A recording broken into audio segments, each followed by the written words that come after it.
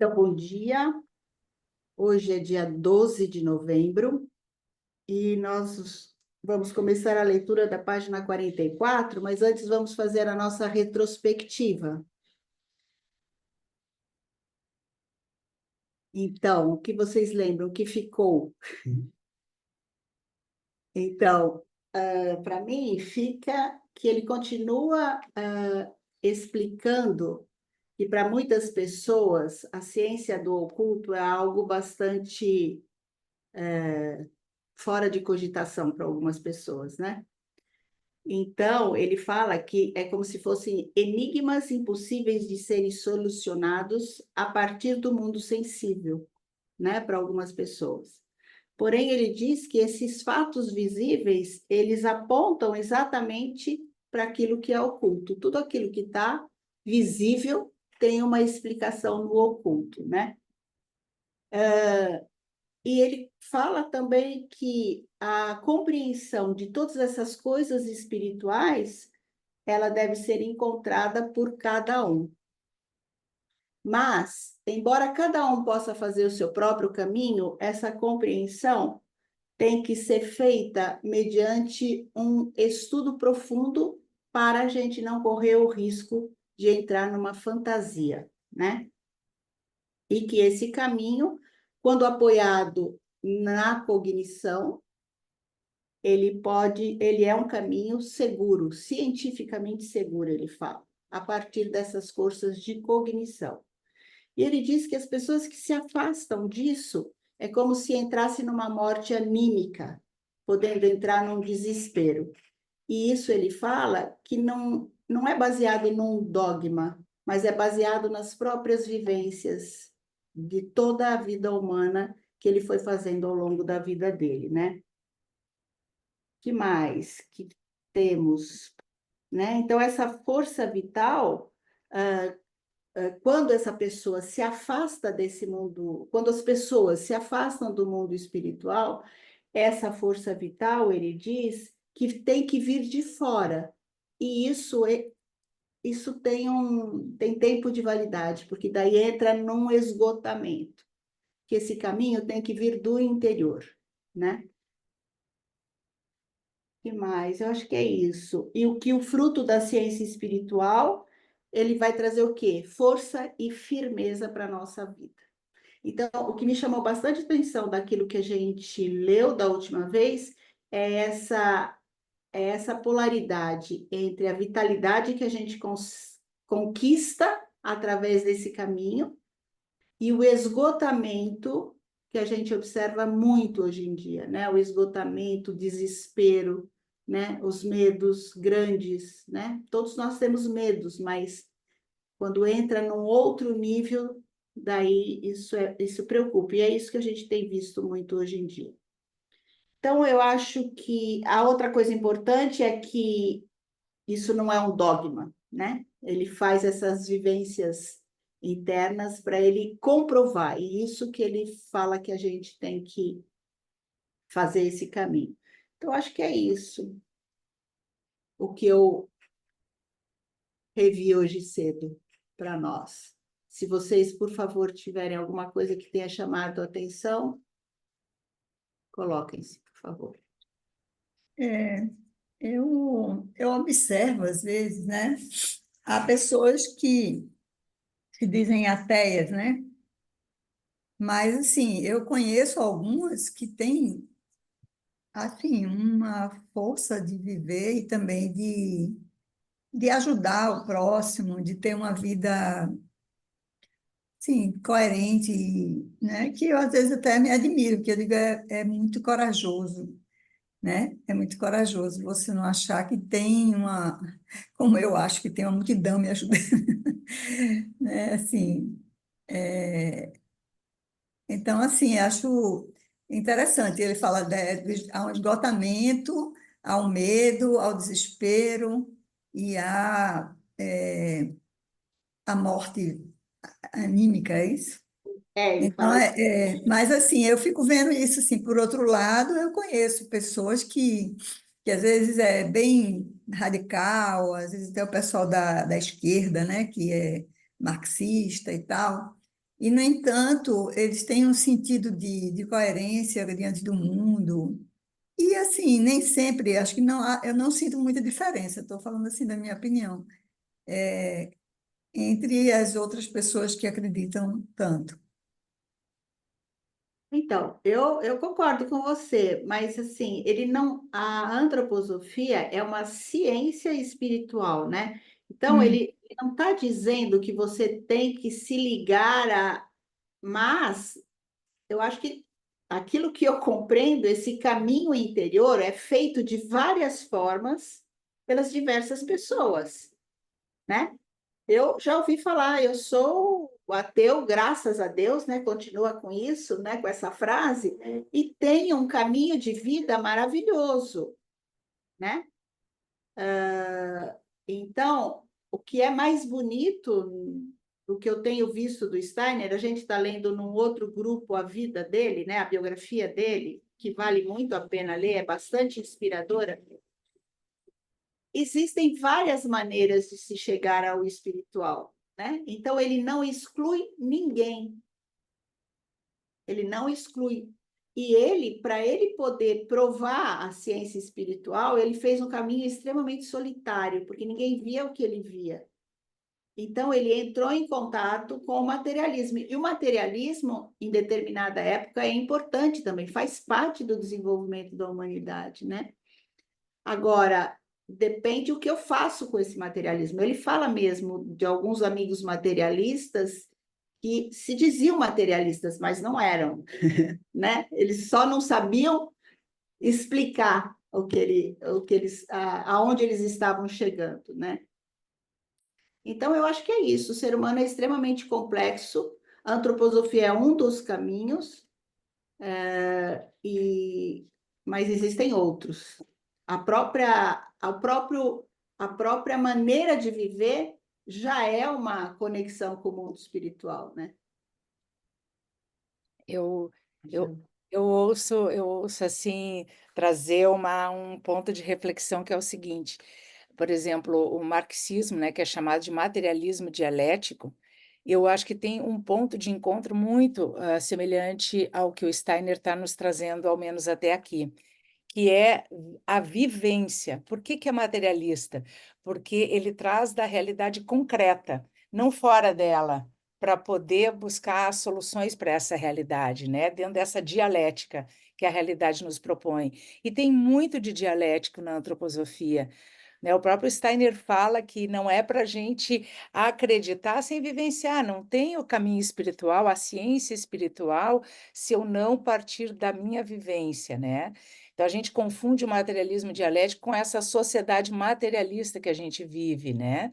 E a outra coisa que eu penso, que a colega trouxe, a Dorinha trouxe, é que assim, ó, as pessoas que têm um olhar de uma preocupação para a sociedade, para as forças dentro da sociedade, né, um olhar mais sociológico, elas são muitas vezes movidas pelo amor à humanidade. E esse também eu penso que é um ponto de encontro, né? E aí a gente também, o Steiner, em nenhum momento ele fala em religião, porque esse não é o caminho. Então, né, é uma outra. Então, eu percebo assim que tem pontos em comum. Então, as pessoas que são movidas pelo amor à natureza, ao próximo, acho que também é um outro ponto de encontro ao que a antroposofia também nos traz. Sim. Obrigada. E a gente não pode esquecer que ele fala em 12 pontos de vista, né? E ele inclui todos. Ele não exclui.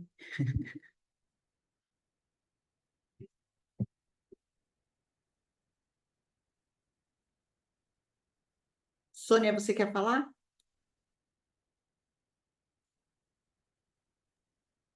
Eu estava tentando desativar o meu microfone. Então, eu vou falar de uma vivência minha atual e que eu acho que essa fala da Dorinha tem um pouco a ver.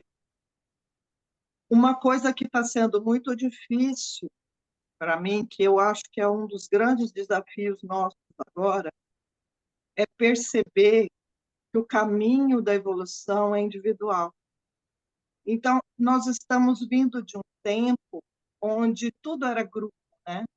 Então, quando ela fala assim, os de esquerda, os comunistas, os de direita, os bolsonaristas, nós ainda temos esse vício de olhar para as pessoas e agrupá-las.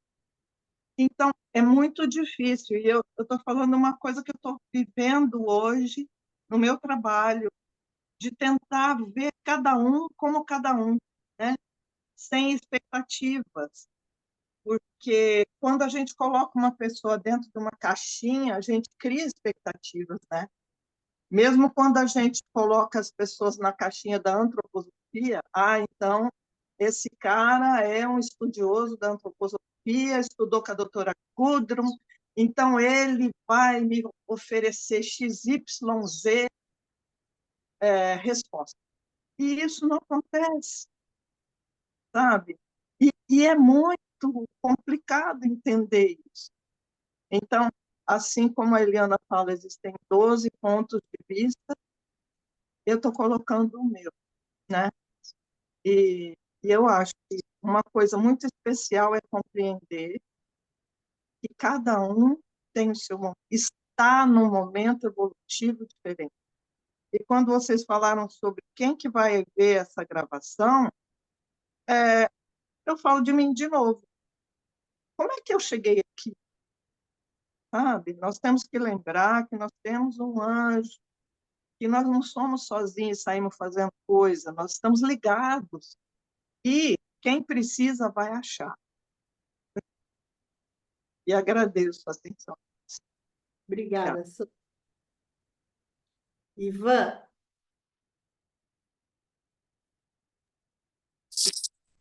Olá, bom dia. Bom dia. Eu me recordo de uma palestra que eu fui na Sociedade Antroposófica, na Rua da Fraternidade, que um inglês que fez essa palestra, eu não me lembro o nome dela, e era traduzido por um moço em português. Eu não me lembro direito do nome, nem do nome da pessoa e nem do nome da palestra. E quando alguém perguntou se Rudolf Steiner e Karl Marx tinham as mesmas ideias, ele desenhou uma ponte. Uma ponte, de um lado está Rudolf Steiner, do outro lado está Karl Marx. E ele desenhou essa ponte sem o centro. E ele explicou assim, olha, essas pontes nunca se encontraram. Isso ficou marcado para mim sei lá, talvez uns 10 anos já que eu ouvi essa palestra. Lembro que é só um inglês. Obrigado. Obrigada, Ivan.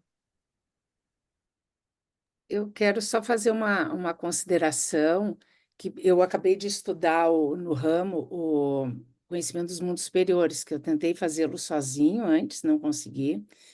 E uma coisa que ficou muito forte na última parte do conhecimento dos mundos superiores é que o caminho é individual, mas não podemos prescindir do coletivo. Não acontece se o coletivo, se a humanidade como humanidade, ela não conseguir, né, se evoluir. Então, essa dinâmica, né, do individual com o coletivo traz, ao menos para mim, uma responsabilidade. Eu tenho que cuidar de mim, é o meu caminho, mas eu não vou, tá tudo bem comigo, então ótimo, eu consegui evoluir. Não, a humanidade, ou ela evolui conjuntamente, ou não acontece. E aí eu entendo isso assim bem forte, assim como o Cristo, né? O papel do Cristo nesse processo, assim. É isso que eu queria trazer. Obrigada. Muito bom. Hoje nós vamos mudar um pouquinho para ficar dinâmico. Vamos ler um pouquinho. Hoje eu lerei para vocês, ou melhor, com vocês. Então, vamos iniciar o capítulo A Essência da Humanidade, página 44 do livro, do meu, pelo menos, né, que é a 5ª edição. A essência da humanidade. Ao se observar o ser humano do ponto de vista de um conhecimento suprassensível, entra logo em vigor o que caracteriza, de modo geral, esse tipo de conhecimento. Essa observação baseia-se no reconhecimento pelo observador do mistério manifesto em sua própria entidade. Os sentidos, bem como o intelecto que neles se apoia, são apenas uma parte acessível do que é compreendido como entidade humana no conhecimento suprassensível, ou seja, o corpo físico. Para esclarecer o conceito desse corpo físico, deve-se inicialmente dirigir a atenção ao fenômeno que se estende como um grande enigma sobre toda a observação da vida: a morte, e relacionada com ela a chamada natureza inanimada, o reino mineral, que sempre contém em si a morte. Com isso, nos referimos a fatos cujo esclarecimento completo só é possível por meio do conhecimento suprassensível e aos quais deve ser dedicada uma parte importante deste livro. Por ora, contudo, sugeriremos apenas algumas ideias como orientação. Dentro do mundo manifesto, o corpo físico é aquilo que o iguala ao mundo mineral. Em contrapartida, não pode ser considerado como corpo físico aquilo que diferencia o homem do mineral. Para uma observação imparcial, é sobretudo importante o fato de a morte expor a parte da natureza humana que, uma vez ocorrida a morte, é igualável ao mundo mineral. Cabe apontar no cadáver a parcela do homem que, após a morte, está sujeita a processos encontrados no mundo mineral. Pode-se sublinhar o fato de que nesse membro da entidade humana, no cadáver, estão em atividade as mesmas substâncias e forças atuantes no âmbito mineral. Cumpre, porém, ressaltar, e não menos, que com a morte esse corpo físico fica sujeito à decomposição. Contudo, também é justo dizer o seguinte: sem dúvida, no corpo físico humano atuam as mesmas substâncias e forças que no âmbito mineral. Porém, sua atuação é colocada durante a vida a serviço de algo superior. Elas só atuam, como no mundo mineral, após a chegada da morte. Então entram em cena como devem fazê-lo, segundo sua própria natureza, ou seja, como dissolventes da forma corporal física. Tudo bem? Convém, portanto, distinguir claramente no homem entre o manifesto e o oculto, pois durante a vida, um elemento oculto deve empreender uma luta contínua contra as substâncias e forças do elemento mineral no corpo físico. Ao cessar essa luta, inicia-se a atividade mineral. Com isso, tocamos no ponto em que deve entrar em cena a ciência do suprassensível. Ela tem de buscar o que conduz à referida luta, e justamente isso se oculta à observação dos sentidos, sendo acessível apenas à observação suprassensorial. O modo como o homem consegue que esse oculto se torne tão manifesto quanto o são os fenômenos sensoriais aos olhos físicos será abordado numa parte posterior deste livro. Aqui, porém, será descrito o que se revela à observação suprassensível. Já dissemos que as comunicações sobre o caminho que conduz à visão superior só podem ter valor para o homem quando, primeiramente, este se familiarizou pela simples narrativa com as revelações da pesquisa suprassensorial.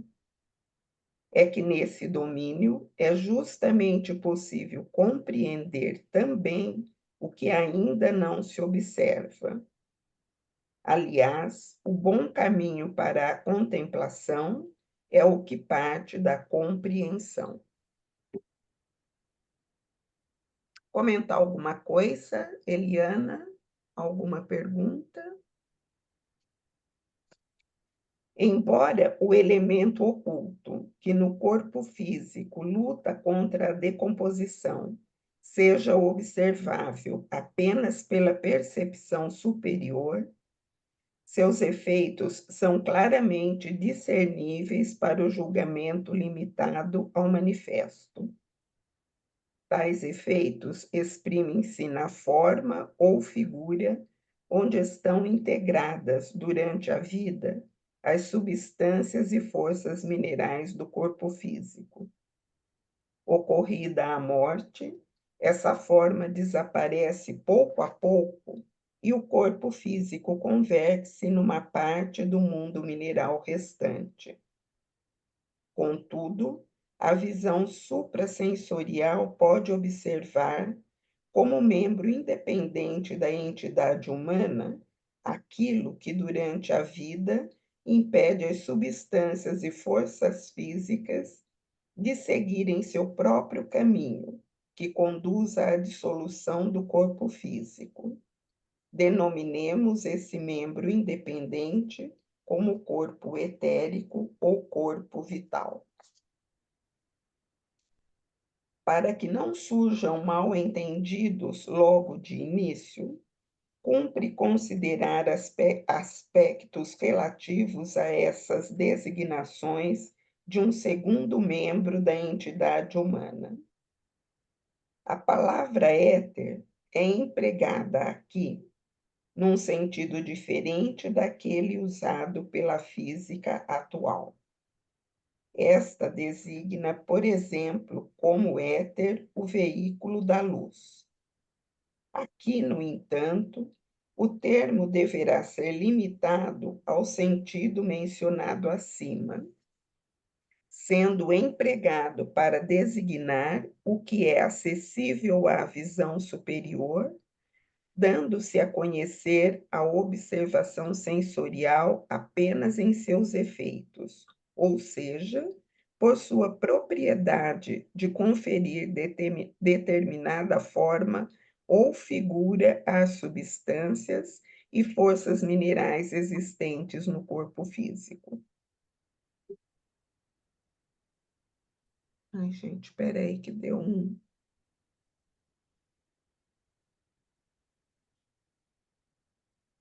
Espera aí, deu um problema aqui no meu, apareceu uma coisa aqui no meu computador. Para Então, nós está tudo. tá tudo normal, então tá bom. Tampouco a palavra corpo deve ser mal entendida. Para designar as coisas superiores da existência, temos de usar justamente os vocábulos da linguagem comum.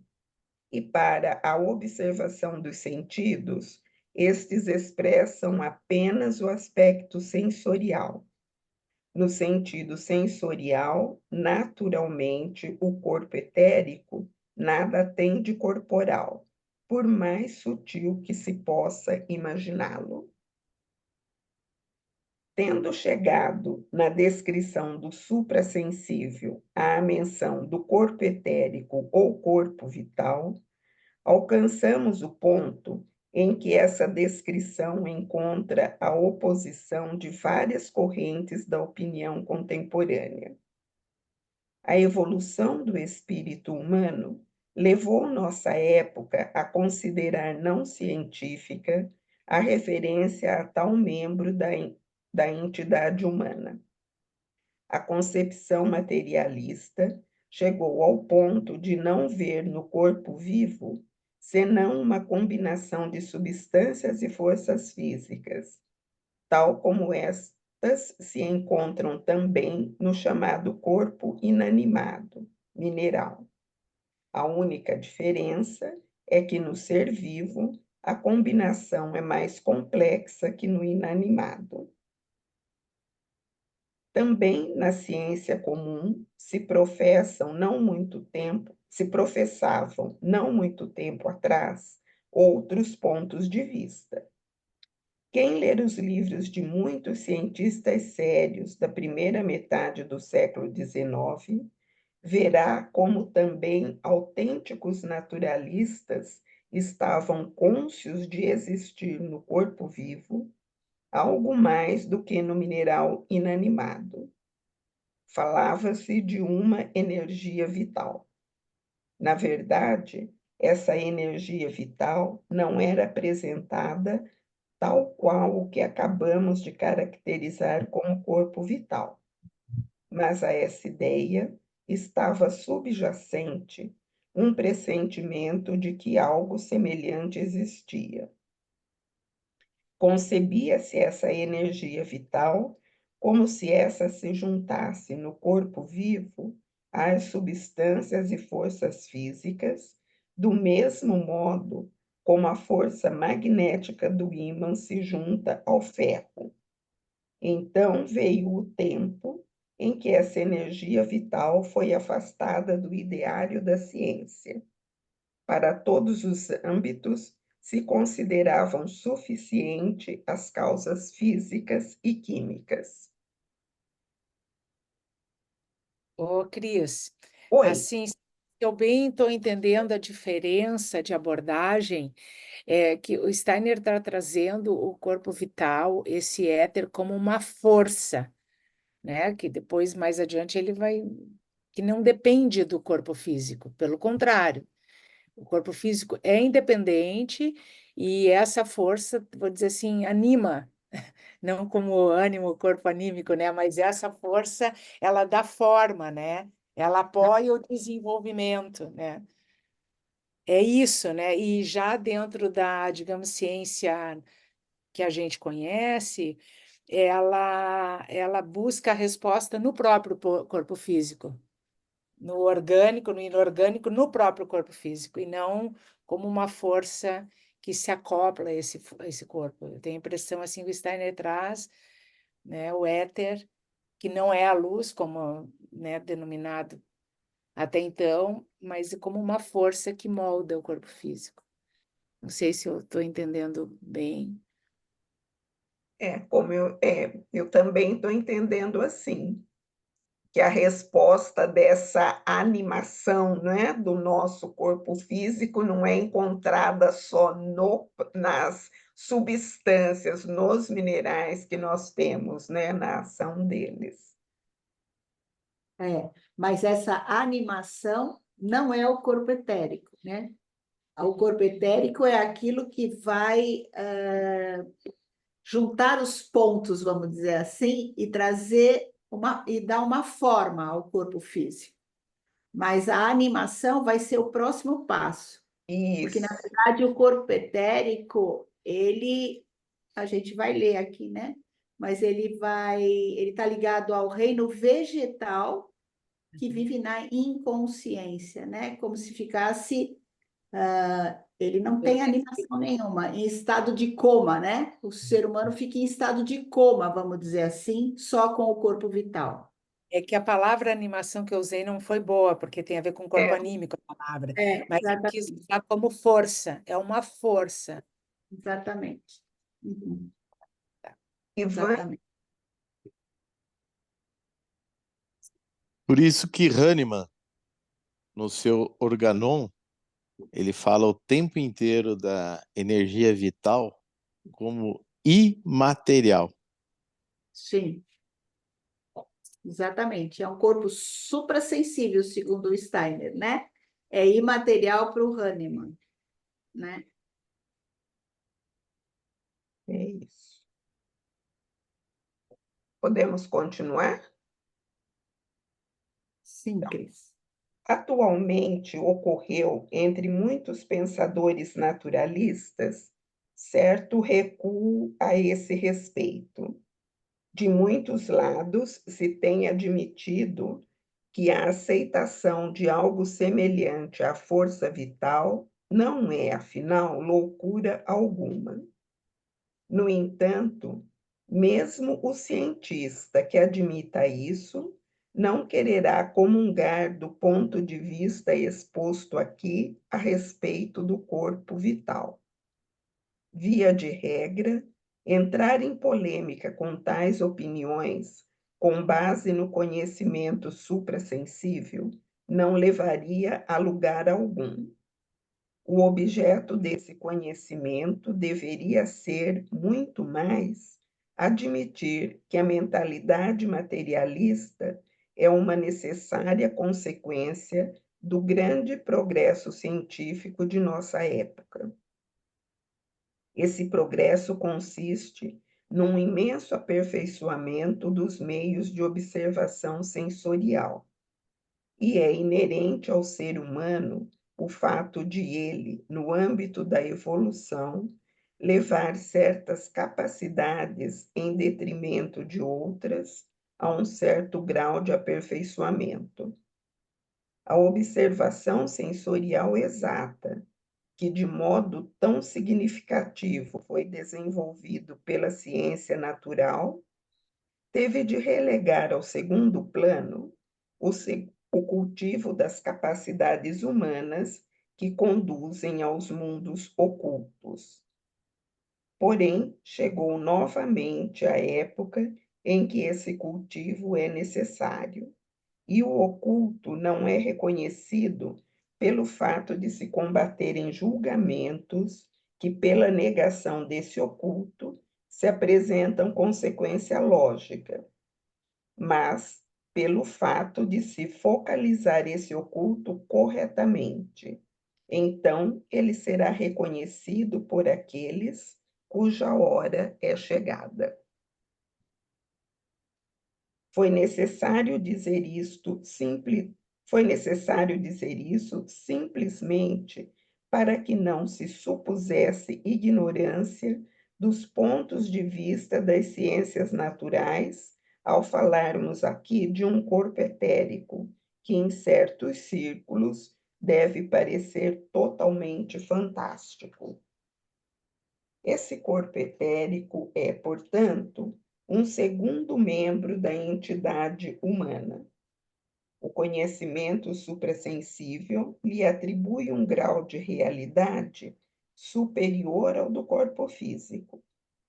Uma descrição de como ele se manifesta à percepção suprassensível só poderá ser feita nas partes subsequentes deste livro, quando se frisará em que sentido tais descrições devem ser consideradas.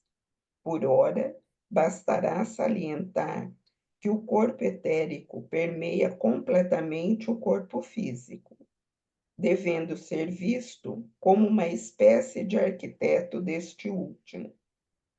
Todos os órgãos são mantidos em sua forma e estruturas pelas correntes e movimentos do corpo etérico.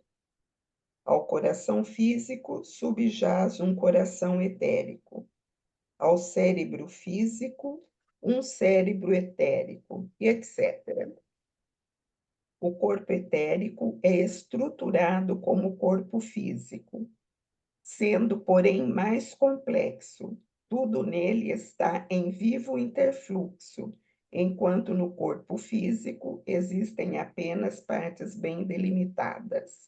Então, é aquilo que a Eliana falou, né? Que o corpo etérico ou vital ele dá uma forma, ele dá a estrutura do corpo físico, para o corpo físico. Pois bem, esse corpo etérico, o homem possui em comum com o vegetal, assim como possui o corpo físico em comum com o mineral. Tudo o que é vivo possui um corpo etérico.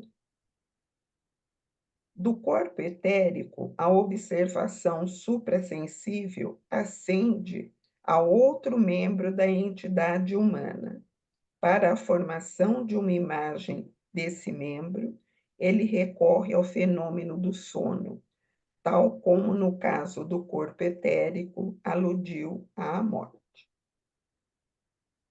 Toda ação humana no âmbito manifesto baseia-se na atividade do estado de vigília. Porém, essa atividade só é possível quando o homem procura no sono a recuperação das forças esgotadas. A atuação e o pensar desaparecem no sono. Toda dor e todo prazer submergem em relação à vida consciente. Como que procedentes de fontes ocultas, misteriosas, as forças conscientes do homem emergem ao despertar da inconsciência do sono. É a mesma consciência que, ao adormecermos, submerge em profundidades obscuras e reaparece ao despertarmos. Aquilo que repetidamente desperta a vida, retirando-a do estado de inconsciência, é no sentido do conhecimento suprassensível, o terceiro membro da entidade humana. Pode-se denominá-lo corpo astral. Então, a inconsciência é o corpo etérico, né? Que traz para a consciência é o corpo astral. Sim, como o corpo físico é incapaz de manter sua forma por meio das substâncias e forças minerais que contém, precisando para isso ser permeado pelo corpo etérico, tampouco as forças do corpo etérico podem, por si próprias, iluminar-se com a luz da consciência. Um corpo etérico abandonado a si próprio teria de permanecer continuamente em estado de sono. Em outras palavras, ele poderia manter no corpo físico apenas um grau de existência vegetativa. Um corpo etérico em estado de vigília é iluminado por um corpo astral. Para a observação sensorial, desaparece a atuação desse corpo astral quando o homem mergulha no sono. Para a observação suprassensível, ele continua existindo, só que aparece separado ou retirado do corpo etérico. A observação sensorial não tem contato com o próprio corpo astral, mas apenas com seus efeitos no âmbito manifesto. Ora, estes não estão imediatamente presentes durante o sono. No mesmo sentido em que o homem tem seu corpo físico em comum com os minerais e seu corpo etérico com as plantas, em seu corpo astral ele é da mesma espécie que os animais. Continuamos? As plantas estão num estado permanente de sono. Quem não julgar com exatidão essas coisas, poderá facilmente cometer o erro de atribuir também às plantas uma espécie de consciência, tal como a que possuem os animais e o homem quando despertos. Isso só pode acontecer a quem tenha um conceito inexato da consciência. Então, essa pessoa afirma que, ao se provocar na planta um estímulo exterior, ela realiza alguns movimentos, como o animal. Fala-se da sensibilidade de certas plantas que, por exemplo, contraem suas folhas sob a ação de coisas externas. O demonstrativo da consciência não é o fato de o ser vivenciar em seu interior algo que venha acrescentar-se como elemento novo à simples reação. Do contrário, poderíamos falar de consciência quando um pedaço de ferro se dilatasse sob a ação do calor. Só existe consciência quando o ser experimenta, por exemplo, uma dor sob a influência do calor. Olha, ainda temos 5 minutinhos, mas nós vamos parar aqui porque ele já vai entrar num outro membro, né? Ele vai começar falando do quarto membro. Então, encerramos aqui.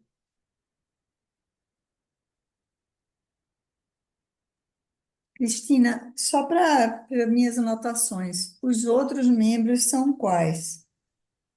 Como eu não tenho o livro. O primeiro é o corpo físico, Hum, segundo, o corpo etérico, sim, terceiro, corpo astral, e o próximo que ele vai entrar é o eu. certo. Obrigada. Tudo bem assim? Algum comentário, alguma pergunta, algum... Eu tenho uma dúvida. Ele fala aqui que as plantas estão num estado permanente de sono. Mas e todo esse processo delas germinarem, delas, enfim, eu sinto uma certa comunicação com as plantas. Como é isso? Se elas estão no sono, Elas estão num estado de sono, em estado vegetativo, né? é Agora, nesse sentido, não? Mas elas estão vivenciando, porque se elas estão produzindo, estão florescendo, estão germinando, estão, né? não, mas isso é o corpo etérico, elas não têm um corpo astral. Ah, é o etérico, né? É só o corpo etérico. E o corpo etérico, que está ligado ao reino vegetal, ao elemento água, ele passa por etapas de desenvolvimento. Tem um fluxo, né? Então, ela também nasce, cresce, amadurece, né? E morre. Ela passa por esse caminho, mas ela não tem consciência. Uhum. Ela sempre vive o corpo etérico. Se a gente só tivesse, se a gente não tivesse animado, né? Se não fosse animado, a gente viveria nesse estado de sono, Uhum. né? Ótimo, obrigada. Uma imagem, uma imaginação que me veio é que quando vemos alguém dormindo, parece um anjinho, não é? Porque não tem a astralidade. Sim, É muito, muito interessante. sim.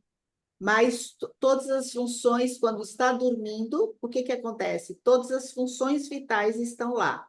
O corpo etérico é responsável pela vitalidade, por essas funções vitais. Então, metabolismo, respiração, tudo está funcionando.